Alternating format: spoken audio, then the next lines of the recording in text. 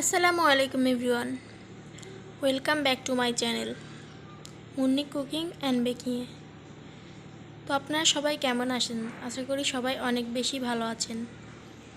আলহামদুলিল্লাহ, আমিও ভালো আছি। আজকে আপনাদের মাঝে নিয়ে এসেছি আরও একটি নতুন রেসিপি। আজকের রেসিপি 6 থেকে 5 বছরের বাচ্চাদের জন্য স্যুপ রেসিপি। স্যুপের এই রেসিপিটি কিন্তু খুবই মজার একটি রেসিপি। আমরা ছোট বড় সবাই স্যুপ খেতে অনেক বেশি পছন্দ করি, আর বাচ্চাদের জন্য তো স্যুপ খুবই উপকারী একটি খাবার, পুষ্টিগুণে সমৃদ্ধ। এই স্যুপটি আমি কিভাবে তৈরি করেছি চলুন দেখে নেওয়া যাক। আর আমি এটা সবজি স্যুপ তৈরি করেছি। তো আমার ডাল সবজি স্যুপ তৈরি করে নেওয়ার জন্য আমি এখানে একটি কাঁচামরিচ কুচিয়ে নিয়েছি, আর নিয়েছি 2টা বরবটি, এখানে নিয়েছি 2 মুঠা ডাউল, একটি আলু কিউব করে কেটে নিয়েছি, আদা আর রসুন বাটা। তো আমি এদিকে চুলায় একটি প্যান বসিয়ে চুলায় গরম পানি ফুটতে দিয়েছি। তো তারপর আমি একে একে সমস্ত উপকরণগুলো দিয়ে দিচ্ছি, শুধু আদা পেস্ট আর রসুনের পেস্টটি বাদে।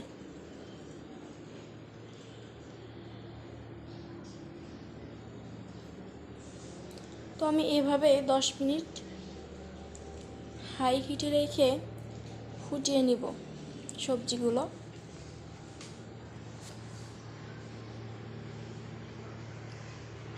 বাচ্চাদের জন্য স্যুপ কিন্তু খুবই একটি উপকারী রেসিপি। বাচ্চাদের ওজন বৃদ্ধি এবং মেধা বিকাশে সহায়তা করে স্যুপ। শুধু ডাল সবজি স্যুপ নয়, যে কোনো ধরনের স্যুপ কিন্তু আপনি বাচ্চাদের তৈরি করে দিতে পারেন।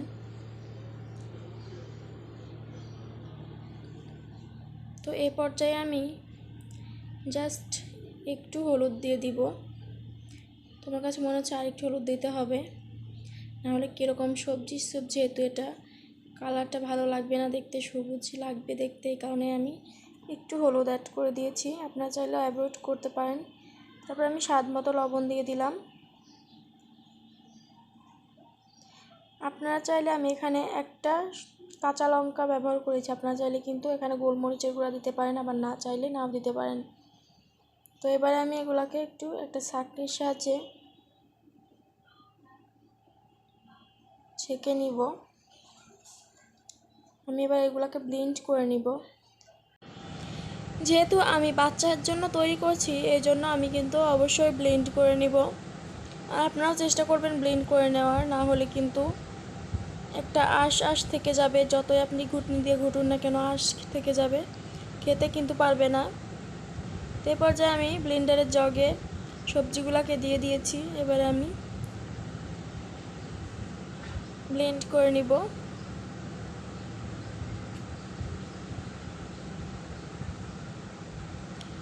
স্যুপটি মজার হলে কিন্তু বাচ্চারা অনেক মজা করে খায়।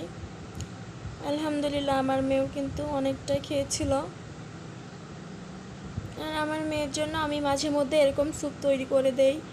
বিভিন্ন ধরনের স্যুপই কিন্তু তৈরি করা যায়।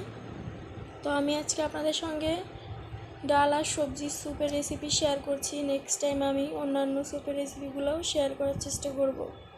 তো এই পর্যায়ে আমার কিন্তু ব্লেন্ড করা কমপ্লিট হয়ে গিয়েছে। আমি এবার চুলায় প্যান বসিয়ে দিয়েছি।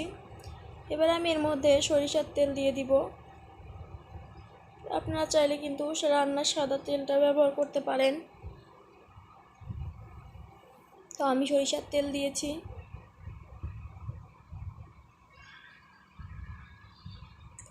তো তারপর যে আদার পেস্ট আর রসুনের পেস্ট ছিল, ওটা আমি দিয়ে দিচ্ছি।